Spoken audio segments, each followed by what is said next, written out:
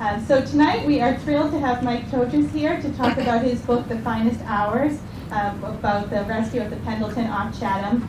And it's so appropriate that we have this, one of the most famous Coast Guard rescue stories to celebrate tonight, as Hull today was officially proclaimed a National Coast Guard city.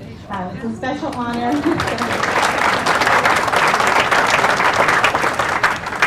We're really thrilled. It's a special honor designated on communities that have a long-standing and ongoing relationship with the Coast Guard, and we're only the 21st community in the country to receive that honor, so we're really thrilled.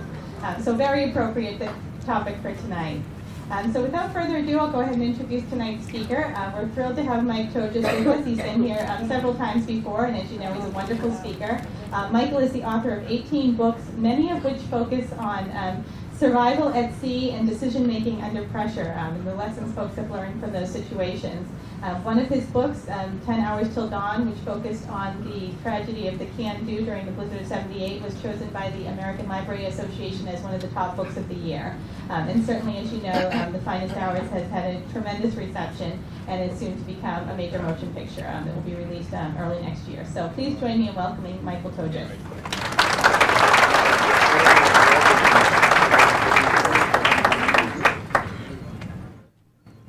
Thank you, Vicki. Good evening, everyone. What a nice turnout. I hope some of you will consider joining the Friends of the Library and the Life Saving Museum. I was recently featured in the Boston Globe, and they called me the master of disaster writing. And I was like, I don't like that. So I had to mention to you that there is another side to me besides this serious disaster side. I've done 2 books that are very different. They're personal disasters. One is titled, There's a Porcupine in My Outhouse, Misadventures of a Mountain Man Wannabe. This is about when I was 22 years old. I bought a cabin in northern Vermont. Thought I'd live up there like a mountain man and failed miserably. A little bit like Bill Bryson's A Walk in the Woods, if you've read that book. And then more recently, my daughter and I co-authored a book, and she titled it The Cringe Chronicles, Mortifying Misadventures with My Dad. So she was the lead writer. She's 27 now and working in New York City, but she's writing about her teenage years growing up with an eccentric father. And she would send me her, rough drafts, and I'd make comments, and I'd be laughing. But then every time she'd send me a chapter, I'd call her up and go, wait a minute, you're putting all the blame on me for this incident. Part of it was your fault. And she came up with the perfect solution. She said, look, how about at the end of each chapter, we give you 2 pages for something called the dad's view. So you see the same incident from 2 very different perspectives. And so any of you who feel like you might have embarrassed your children over the years, this book is for you. And then there, Vicki mentioned the 10 Hours Until Dawn about the Can-Do and the blizzard of '78, but there's also 2 chapters in here about what happened in Scituate during the blizzard. It was a terrible boat accident in Scituate when people were being rescued from their homes and the seawall gave way. So all that water trapped behind the seawall went rushing out to sea, flipped the little boat over, and those 2 chapters are about who survived and who didn't. So there is a local tie-in. And then finally, I'm going to pass around a sign-up sheet. I do a newsletter every 6 months. So if you're interested, please print your email. Here's one for this part of the room, and here's one for this part of the room. And if you could just keep these going around as I do the slides, because in the next newsletter, you'll miss the one that's probably coming out next week. But in the next newsletter, I'll be announcing a new book. It's called So Close to Home, and it takes place in 1942, just off the mouth of the Mississippi River, when a U-boat surfaces and sinks a merchant ship And on board this merchant ship is a family of four, an 8-year-old boy, 11-year-old girl, and the parents. And they all get blown into the ocean in 4 different directions. So the book will follow, some chapters will follow their survival at sea story. Each one's kind of on their own. And then the other chapters follow what's happening on board the U-boat, because we had access to the U-boat commander's war diary. So again, you see the same event from 2 very different perspectives, and then what went on, where did the U-boat go from there?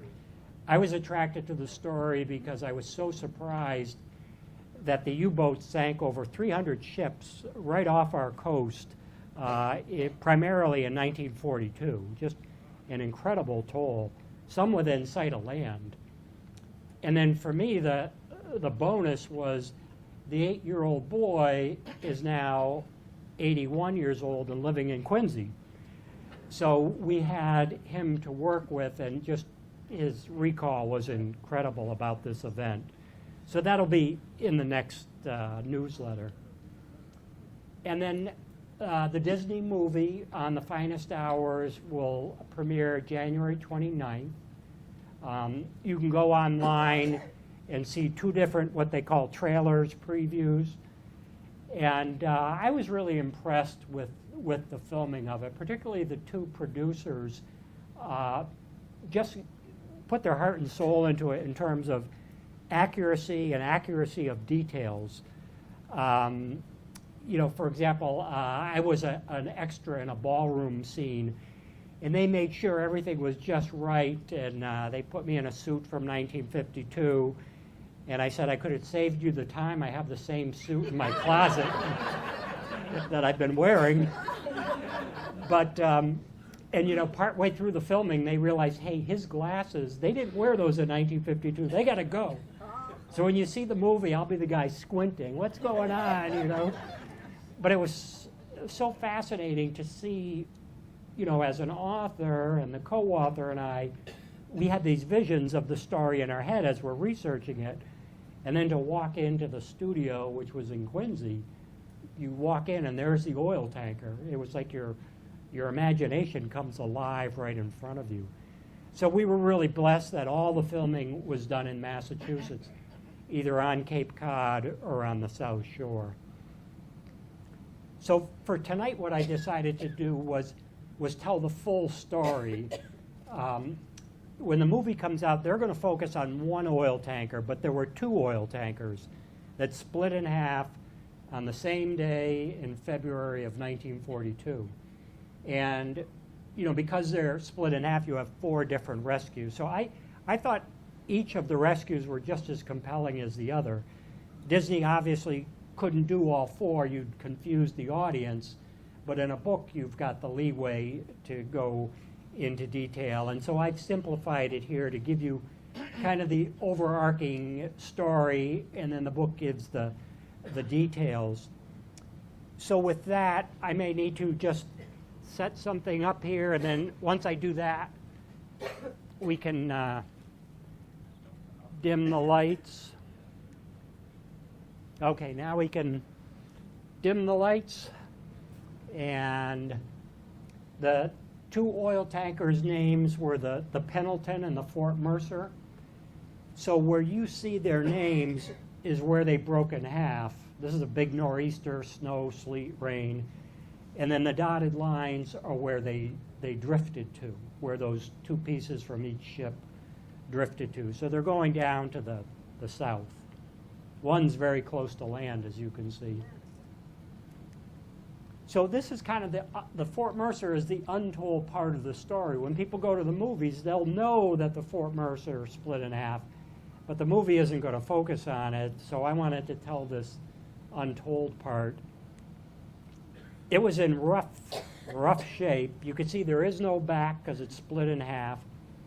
I don't know, Vicki, if we can find the light switch. If we dim it in the front here, the slides will really be even clearer.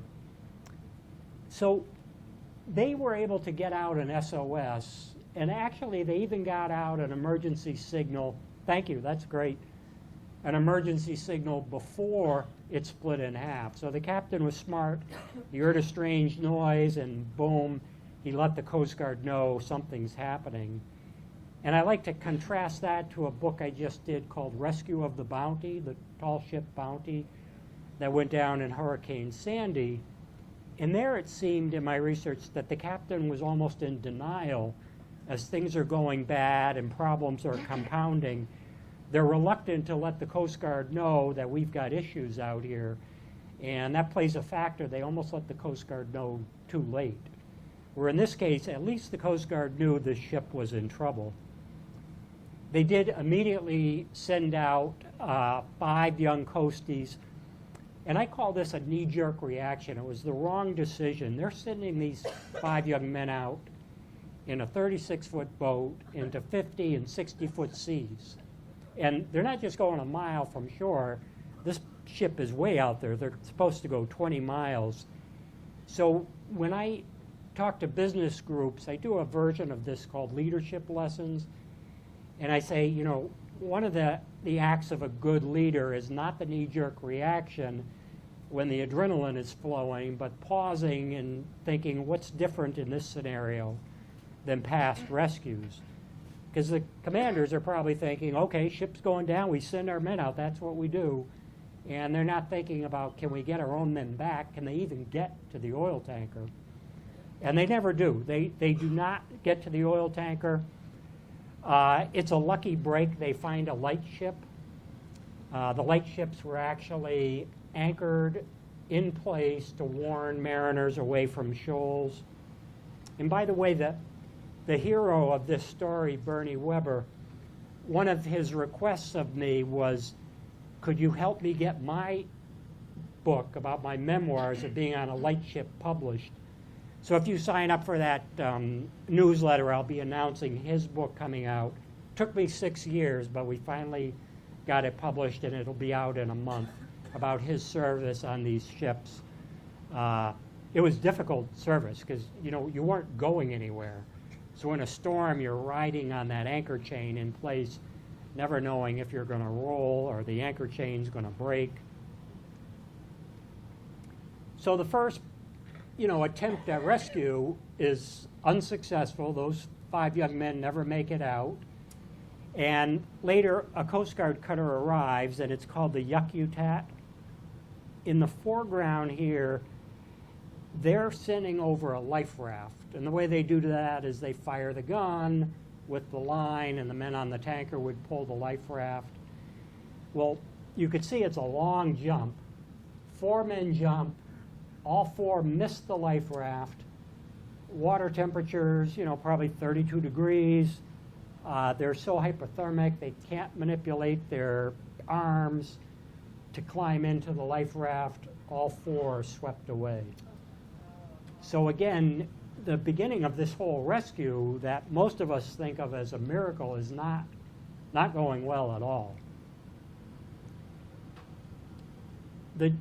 I often get, as I'm talking to readers, you know, when I'm doing a book signing, I always get, oh, you love to write these stories. And I go, well, I love the research. I don't love the writing. The research is like a treasure hunt. It's fascinating. The writing is, you know, hard work and lonely. You've got all these notes and tape recordings. But I was able to find one of the men on this launch, and he said, well, when the life raft approach wasn't working, we were ordered to go out in our 22-foot launch to the ship, the sinking tanker. And he said, I was scared to death that we'd never even make it. His name was Gil Carmichael. I found him down in Mississippi. And it was just so neat to, you know, you could almost hear the tears coming through the phone. He was in his 80s, and he's looking back at this rescue he thought nobody cared about. And he said, you know, I remember every detail. And I said, how could you? And he said, you would too if you thought you were going to die. And I, you know, he reminded me that's true. When people are in these kind of situations, their recall is right to the most minute detail. So he said, we did make it to the tanker. We motioned for 2 men to jump. They jumped. We were able to yank them out of the ocean, put them in the boat. But he said then a big wave came, and it just pushed us right into the steel hull, and it broke the wooden ribs on our lifeboat, so we're taking on water. He said there were still 2 men left on the ship, and we had to wave them off, you know, don't jump, don't jump. And he said that was kind of heartbreaking because they wanted off. And he said we immediately headed back with the 2 that we did get. And so here they are coming back. You could see one of the survivors lying down in the front, wrapped in the white blanket. I said to Gil, what happened next? And he goes, I don't remember. I'm like, why? You remembered everything else. And he said, well, you don't understand. He said, as we pulled up next to the ship, he said they lowered the block and tackle, and, you know, it's swinging in the wind. He said, it hits me right in the head, knocks me out cold.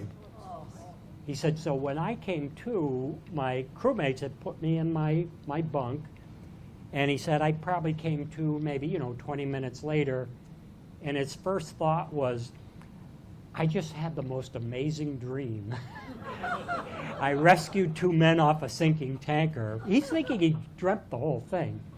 And he said, so he stumbled out and went up on deck, and then he couldn't believe it. There's the sinking oil tanker right in front of him, and he realized this wasn't a dream.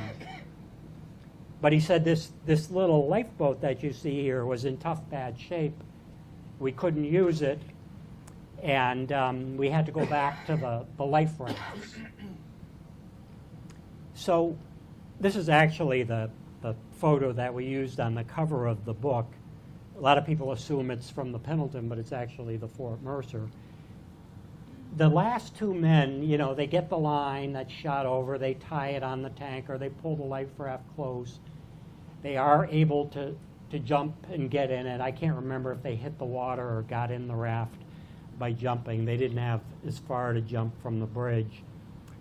But there's one problem. Their hands are so cold they can't untie the line going back to the sinking oil tanker. So, you know, you could see in this picture there's one end of the line going to the Coast Guard cutter tied to the life raft, but there's another line from the life raft to the sinking cutter, and now they're trapped in between. And I was able to find a coastie. His name was Bill Bleakley. He said, I was in the bridge. He said, the captain was right next to me. The captain, you know, out of frustration said something like, you know, what next? You know, everything's been going wrong. And Bill said, Captain, we have no choice but to back down. You know, put it in reverse. Hope the line snaps on the side towards the oil tanker so we can pull them in. And again, those are the fun parts of the book. I can remember Bill saying, so we put the ship slowly in reverse, and he said the tension on the line caused the life raft to go way up in the air with these 2 guys, you know, clinging in there for dear life, frozen. And he said, we're all just holding our breath on the cutter. He said it was right after this picture was taken. And he said, snap, and the line broke on the side towards the tanker. He said, thank God. So we hauled him in as fast as we could. And you wouldn't think you'd have good photography from 1952, but a lot of these photos are great, taken by private Coast Guard men or taken by circling aircraft. And in this case, one of the coasties took a shot, and you could see one of the survivors. He's frozen. He cannot get out of the life raft. He can't move. The hypothermia is so bad. So coasties are coming down on lines and wrapping the lines around them and the survivors and bringing them up. And this photo was taken taking the very last man up.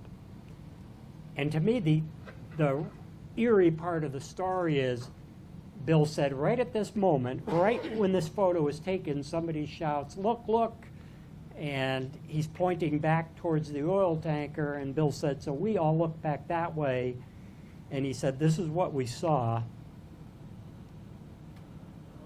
He said the whole thing just reared up in the air and then sank like a pile driver straight down. And I thought, what are the odds that it stayed afloat that long? It was longer than 24 hours, and yet sank at the minute the last man got on the cutter. It's just amazing. So, you know, in a book I did called Overboard, people criticized the captain for leaving the ship too early. But I like to say you never know when it's going to go down. You know, had these last two men not took a gamble and jumped into that life raft, they would have gone down with the ship. And this is the last photo taken before it disappeared. Now, the stern section, it had its own rescue. As you see, it's not, this is a picture from an aircraft. It's not on that steep angle like the bow was. And one thing I learned is the sterns almost always stay afloat longer than the bows. So you thought there'd be no useful information in this program. So if you take a cruise, get your berth in the stern. And they did get the SOS. I found the radio man. He's the one standing next to the gentleman with the beard. Lucky break, he happened to be in Newburyport, Mass, so we could meet. His name was Lynn Whitmore. And he said it was done through Morse code. He said I had the headset on and couldn't believe we're getting an SOS. And I said, well, what were you doing out there if you're on an icebreaker? And he said, we were looking for a lost fishing vessel. And I never know who's going to be in the audience. There could be people in the audience that know a lot more than I do. And I remember I was doing this program, and a woman in the audience said they were out there looking for my father. He was on the lost fishing vessel, and she said they never found a trace. But because they were out there, it was a break for the Fort Mercer because they weren't that far away, and so they immediately headed towards it. Now, I didn't know, people say, oh, were you in the Coast Guard? And I was not. I didn't know what an icebreaker, you know, its function did, how it breaks the ice. I always thought it kind of rammed the ice, and they said, no, you slide your bow up on the ice, and the weight of the ship breaks it. So I said to Lynn, well, what if the ice is, 3 feet thick?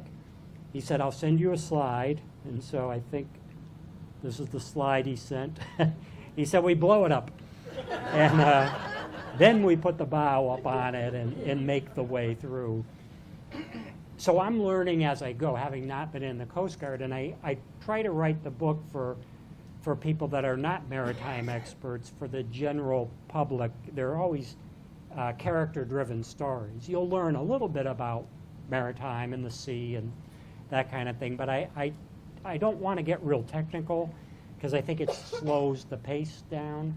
And for me, pace is everything. If I read a book and it doesn't hook me in the first chapter, I give it up because there's so many good books out there, a pile of which are next to my bed. Next to the pile of notes, because a writer's mind is always spinning, even while you're asleep. Someone said, it looks like it snowed next to your bed because there's all these little white notes in the morning. So it's a curse because you're up half the night and you can't quite shut it down. But Lynn said, here we are, we're the white ship arriving at the Fort Mercer. And he said, all we could do was send over the raft and hope for the best. And at least they didn't have as far to jump, but you can actually see the propeller there in the back, the rudder and the propeller. And Lynn said, we're taking this one man, only one man would jump. And he said, we're taking him back, and a wave rolled under the raft, flipped the guy in the air like a pancake. He got lucky, he came down in the raft, but the captain of the icebreaker, the East Wind, said, that's it, no more rescue by life raft. It's just too dangerous doing the life raft approach. And the hypothermia is just rough. He could get out of the life raft, and then they bundled him up here, took him down below, and blasted the heat. So I said, well, what did you do? And he said, we, the captain primarily, his name is Captain Peterson, decided we're going to wait for a smaller cutter that can maneuver better than our icebreaker. So that's the smaller cutter arriving, came all the way from Portland, Maine, called the Acushnet, and Captain John Joseph was on board. Again, another great leadership lesson was, even though the larger vessel, the Eastwind, was supposed to, that captain was supposed to be the on-scene commander, he really didn't care about getting the glory. He was about results. So he relinquished control to the captain of the more maneuverable cutter, the Acushnet, coming in the background. He just wanted results. And the Acushnet said, we're going to pull right up next to the sinking oil tanker so men can jump right onto our deck. And, you know, you could imagine what that'd be like. You know, one would be going up in the waves and the other would be going down, but they were only about 3-4 feet apart. And if they collide, it's going to be real trouble for the cutter. The tanker's already in trouble. And I was surprised to read that the crew was reluctant to make the jump. You would think if you're on a sinking ship in a storm, you're going to jump, but they thought that movement was too dangerous. And so I called, Captain Joseph had passed away. I was able to find his family. And I said, did he talk about it very much? And they said, not really. And I'm like, darn. And they said, well, he did try and sell an article about it to the Reader's Digest. Would you like that? And I was like, yes. You know, that's as good as sitting down with him almost. You know, it was all in the first person. And he said we actually, to get them to jump when we came near each other, you know, passing, a couple of our men reached out and grabbed a guy and yanked him on the cutter. And when the others saw he was safe, then they started to jump. And everything's going good until one of the men jumps, hits a patch of ice, slides to the other side of the cutter. He's hanging off it by the lifeline. They do get him, they save him, but the last 13 men on the tanker decide that's it. We're not jumping. We're going to take our chances staying with the tanker. So they've made this fateful decision. They probably didn't know that the other section had, you know, just suddenly reared up and gone down, because there was no radio communication on board either half anymore. That's John Joseph with one of the men that did jump. And a big break in the research was most of the rescuers, when I was doing the research, were alive, but many, in fact, almost all of the survivors had passed away. So I'm like, how do we get their part of the story? And I realized that this was a huge story in 1952, front page of newspapers across the country. And so each paper, if they had a survivor from their readership area, would interview their local survivor, and so you got an eyewitness account in the newspapers. And probably the smartest thing I did was, years ago, I was working in a job in Boston that I was probably ill-suited for and should have made a career switch, but by this time I was getting up there in years and couldn't really make a career switch. But the smartest thing I did was, instead of using my lunch breaks kind of, you know, to bitch and moan about the job, I'd run to the Boston Public Library, pull up the microfiche from newspapers from 1952, hit print, and then dash back to work. And I would do that once a week for 52 weeks. And so I got the newspaper accounts from these survivors. So it was almost like talking to them. And again, I wondered, well, why was this such big news?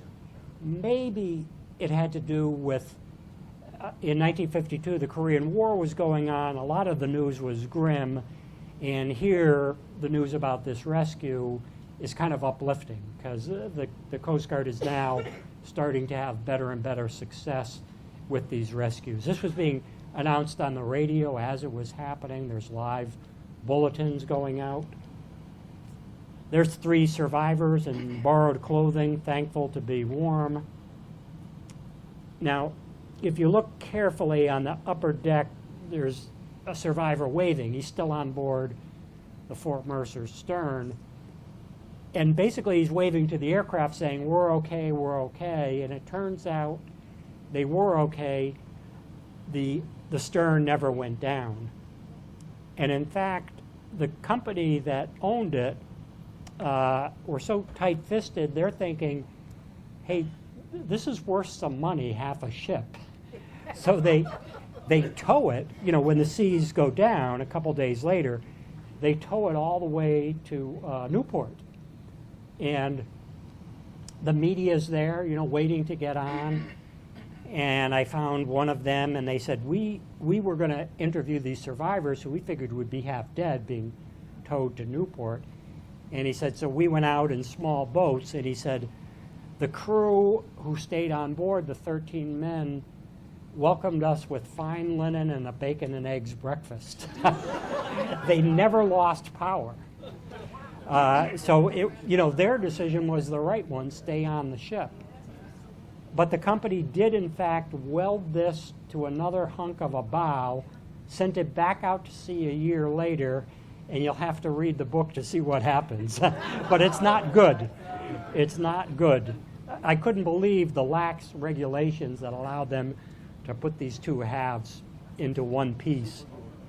Super glue. Now, so the Pendleton is the part the Disney movie will focus on.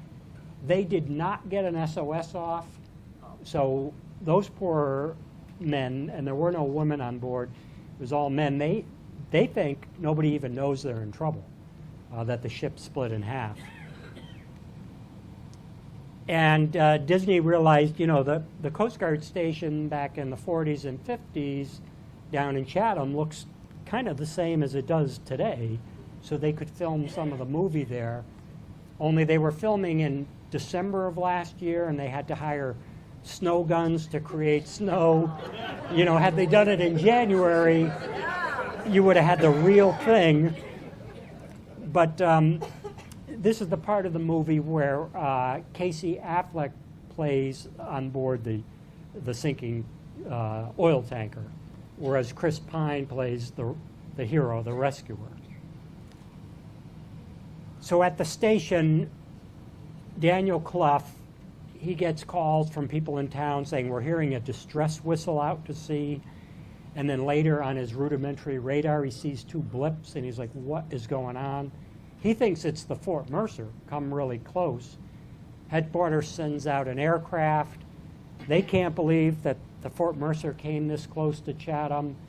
But then the pilot swoops down low, and his exact words back to headquarters were, you're not going to believe this, but another oil tanker, I can see the name, Pendleton, has split in half, and it's coming right to Chatham and Monomoy Island.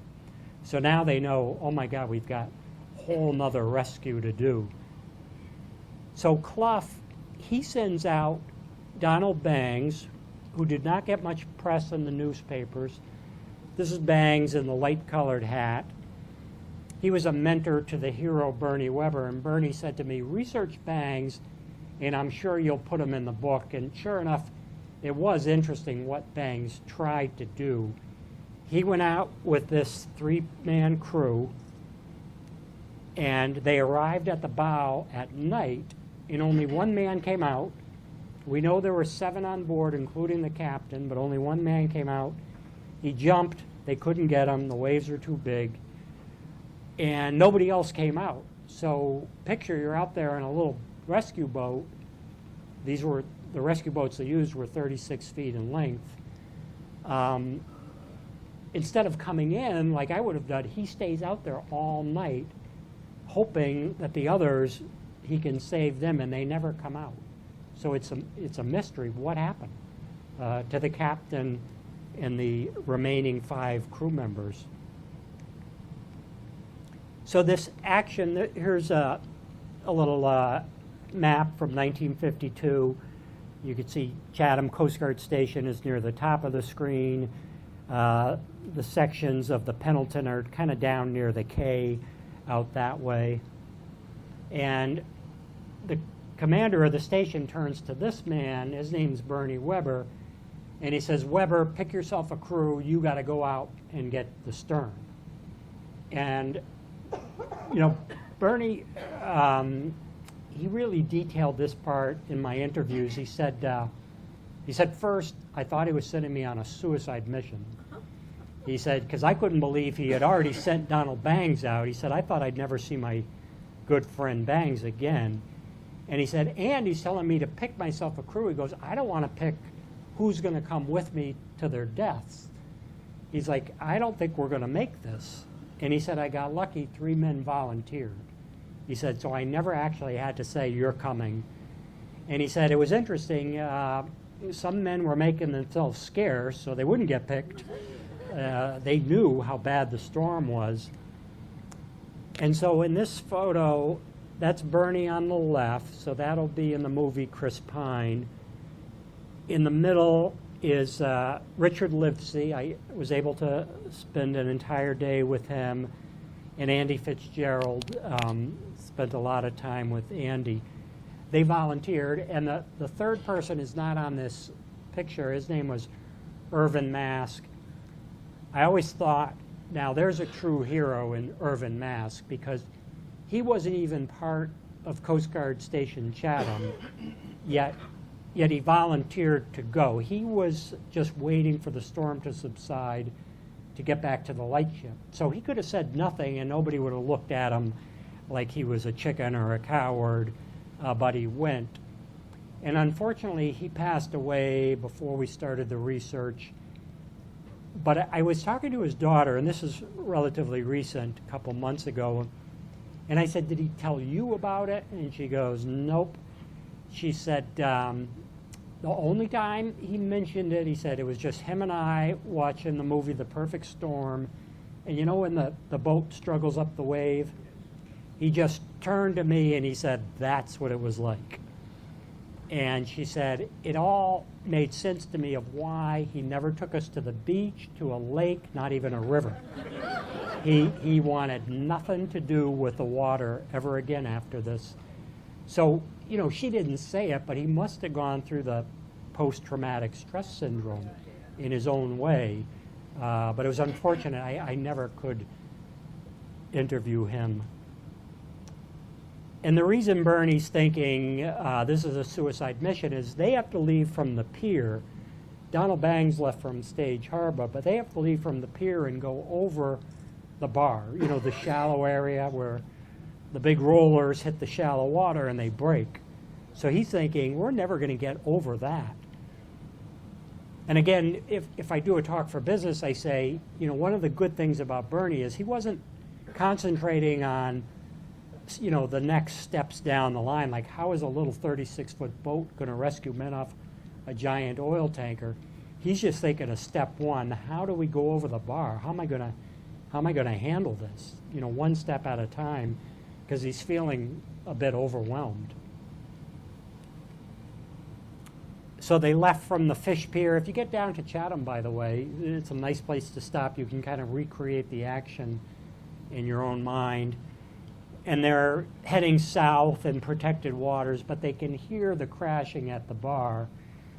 They're so nervous, and you know, it's not like the heroes on TV that are superhuman. It's never like that. They're so nervous they start singing to calm their nerves. They were singing Rock of Ages. And Bernie he had a radio on board. He even turns the radio on, hoping maybe the commander is going to realize this is crazy and take him back. And he says, okay, you know, we're heading to the bar. We can hear this roaring. And the words back he gets is proceed as directed. So, you know, he might be classified as a hero today, but he was no different than the rest of us, really afraid to do this. But now he knows, okay, there's no option. I'm ordered. I got to try it. So this is the vessel they were in. It doesn't have a name. It's just a number, the 36,500, 36 feet in length. He would have been standing behind the windshield, the crew, and other spots. And out they go. There are paintings of them leaving, but we don't have any pictures of them, what happens at the Chatham bar, because by now it's dark. So this would be their path. So I asked the Coast Guard, okay, you don't have pictures of this, but what about a big bar with waves in the daytime? You know, what would that look like so I can use it for illustrative purposes? And boy, they sent me the perfect shot. It's unreal. This is out at the Columbia Bar. I'm going out there in a couple months, so I can't wait to just see how the current meets the waves. But this boat's bigger than Bernie's. This is 47 feet in length. And look what happens when the wave catches up with them. It just stands it right up. And then you see the tip of the bow there. So it's actually standing on its stern. And then the following surge, the breaking of the wave, completely rolls it. They being the crew, survived because they had the surf belts on, meaning maybe 2 feet off their waist is clipped to an anchor point on the vessel, so that it's a self-righting vessel. So when it comes up, right side up, they're still with it rather than being crushed on the rocks. And I said to Bernie, "Is this what happened to you?" And he said, "No." He said, "That first image is more like it." He said, "We did have a searchlight, so we could see a little bit and just could see these mountainous waves breaking on the bar." He said, "We tried to get over it." He said, "The wave broke, just like this picture." And he said, "It actually took out part of the windshield, and the water swept through the wheelhouse and took the compass off its mount and swept it away." So I said, "Well, what about the Loran?" And he just laughed at me. "Mike, there was no Loran. It's 1952. He said, "All we had was a radio and the compass." Now, that would have been my cue to turn back. Because I couldn't be called a coward because I tried. He tried, and he's lost his compass. How's he going to find the oil tanker? He's got only part of a windshield. And Bernie never said this, so I don't want to put words in his mouth. I think the impetus for him trying again and again was 2 years earlier he had been in an unsuccessful rescue where they couldn't even get to the rescue boat. The dory kept capsizing in the waves, so there was loss of life on the fishing vessel they were trying to rescue, and I think that just weighed heavy on him, that not again, I can't go through this again. Tries a second time, can't get over the wave. This time they lose engine power, and that's like the worst thing that can happen because you're going to go beam to the seas and you're going to get rolled. Somehow Andy Fitzgerald, who was the engineer, gets into the little compartment where the engine is, reprimes the engine. Bernie's able to restart it, and Andy said he just gave it full throttle, and we kind of went halfway up and then almost like through it like a submarine. He said everything's happening so fast, it's hard to explain all this, but he said we came out the other side and I couldn't believe all 3 of my crewmates were with me, that they didn't get swept off the vessel. But he said, now he's like, so now what? We're over the bar. It's not just breaking seas. Sometimes it's just big swells. How are we going to find the tanker? He was very emphatic. He said, if you write this book, put it in the way I'm telling you, that I think I was guided by a higher power, because I can't explain some of the things that happened next. So I definitely put that in the book. The movie won't mention that, but that was his take on it. He said, so how would you find, you don't even have a compass? And he said, after half an hour of just groping in the dark, sure enough, we found it. And then he told me, he said, and I had some familiarity with these kind of oil tankers. And I said, why? Did you do an earlier rescue? He said, no. When I was 16, I joined the Merchant Marines and served on one. So he kind of knew what he was getting into, the size and the scope and what they might have on board. And I'll show you a great painting that's very accurate of them arriving. Bernie was with the artist, Tony Falcone, when he painted this, so he got it right. Down comes the Jacob ladder. Men want off this ship as fast as they can. Bernie would be standing behind, the wheelhouse here, but he can't just stay here and get men, and kind of hold position. He's got to go in there, get 1 or 2, and then get out before he's swept against the hull. So imagine he's doing this rescue, you know, 2 at a time, then making maybe a big loop, then coming back in again. And when he gets to 12, 13, 14 survivors on the boat, he's exceeded the capacity of the survival compartment to keep the survivors safe. But he knows there's more men on the ship, and he's wondering, what do I do? And I said, did you ask Andy? You know, he's the engineer. He knows the vessel. And he said, Mike, you couldn't talk. You know, the waves and the wind. He said, I just made a decision, all or nothing. I just kind of did it on my own. He said, because I could see those guys up along the rail. Now, what he didn't know is there's a total of 33 men on this hulk. And he's only got 13, 14 on his little boat, and it's already riding low in the water. So it is a big gamble, you know, and I suppose if it didn't work, he might be a villain rather than a hero. It's always such a fine line. Same with the commander that sent him out. If he doesn't come back, that commander looks like a nut. But it's funny how the line is so close. So he's getting the men okay, but the boat is sluggish. The 32nd man to come down is as big as an NFL offensive lineman. You know, big, tall guy, 300 pounds, nicknamed Tiny Myers, and had given away his coat to a young crew member who was freezing. He didn't have a life jacket on. I'm not sure what happened with that. And so they get him, just like this picture, say that's Tiny Myers, only it would be on the other side of the vessel. They've got him by the arms, by the hands, but they can't pull him in. And Andy Fitzgerald was one of the men that had him. And he said, so we're in kind of like this standoff. We can't get him in. We can't let him go. He said Bernie had to hold the boat in position for too long. A wave sweeps us in, and it crushes Tiny Myers between the two vessels. And, you know, it's interesting, Andy told me, everybody talks about this as this miraculous rescue. He said, I don't think about it too often, but when I do, I immediately see the face of Tiny Myers while I'm holding his hands, and we can't get him in. And he said, maybe he was crushed to death. We don't know because we couldn't find him.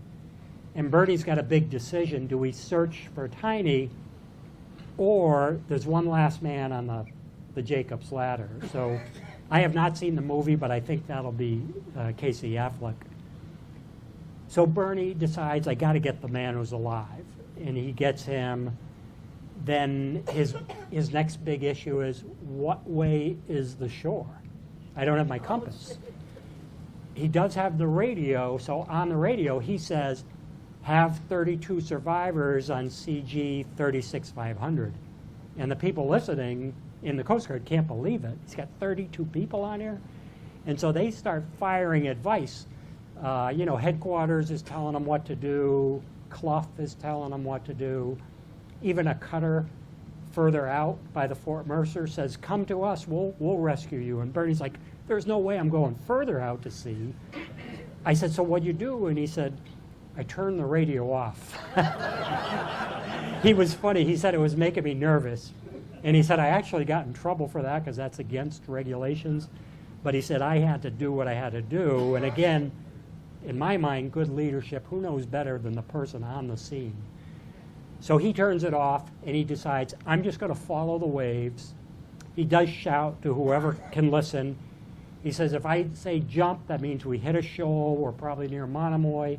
Swim with the waves. Maybe you'll get washed up on the beach.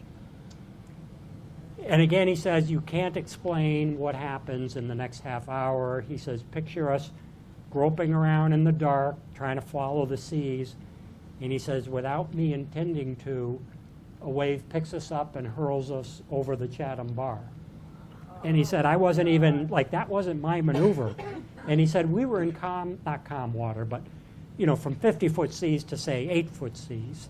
And he said, I knew we had made it. I just looked up, and he said, this whole feeling is just surreal that we did it.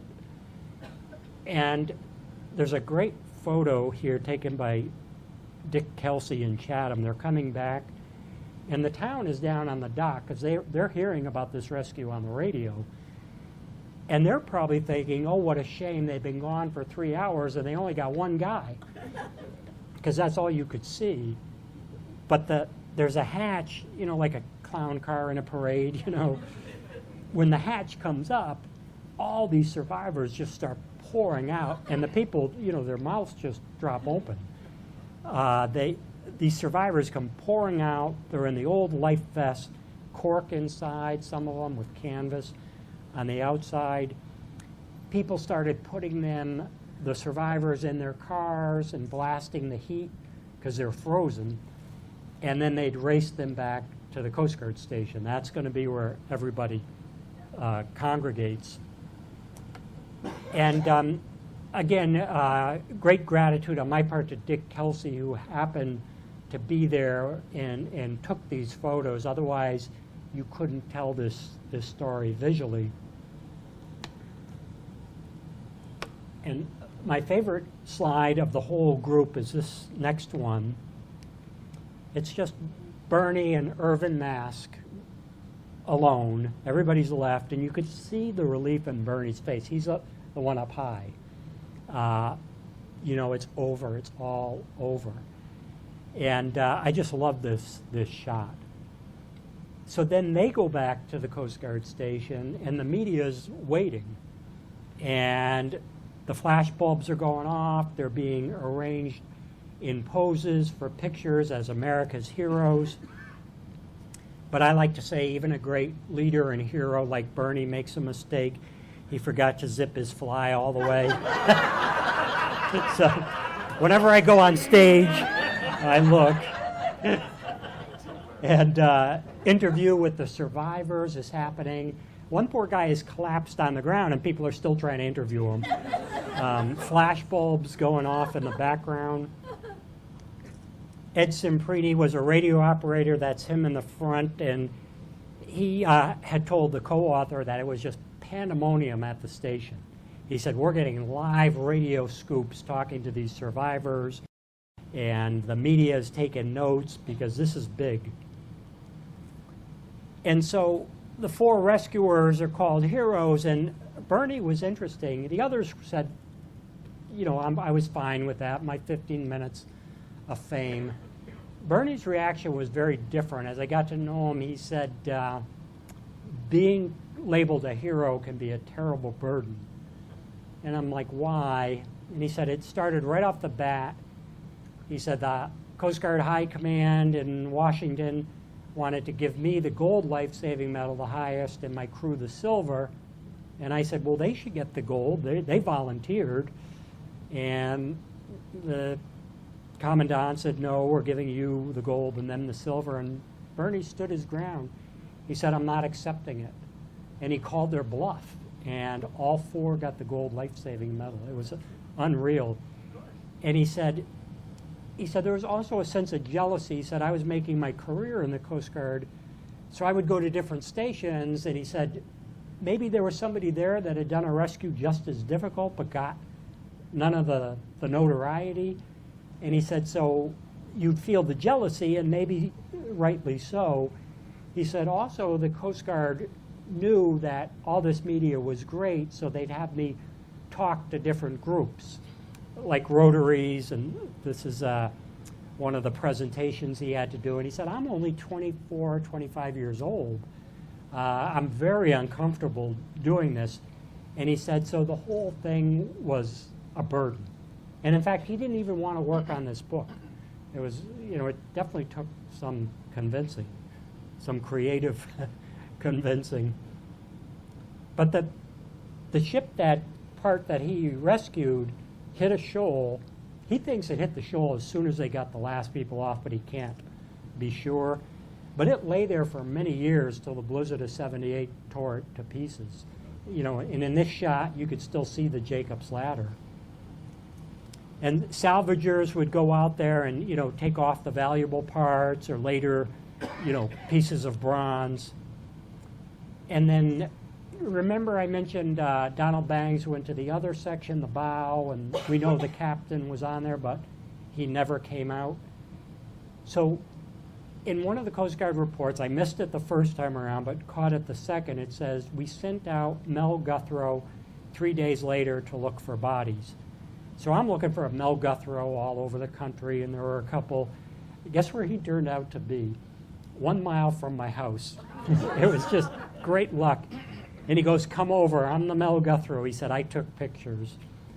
So Mel took this picture of him going out. He says, you can see the sea is flat-ass calm, but he said, I'm still nervous that once I step on this hulk, the whole thing's going to tip over. It'd be my luck.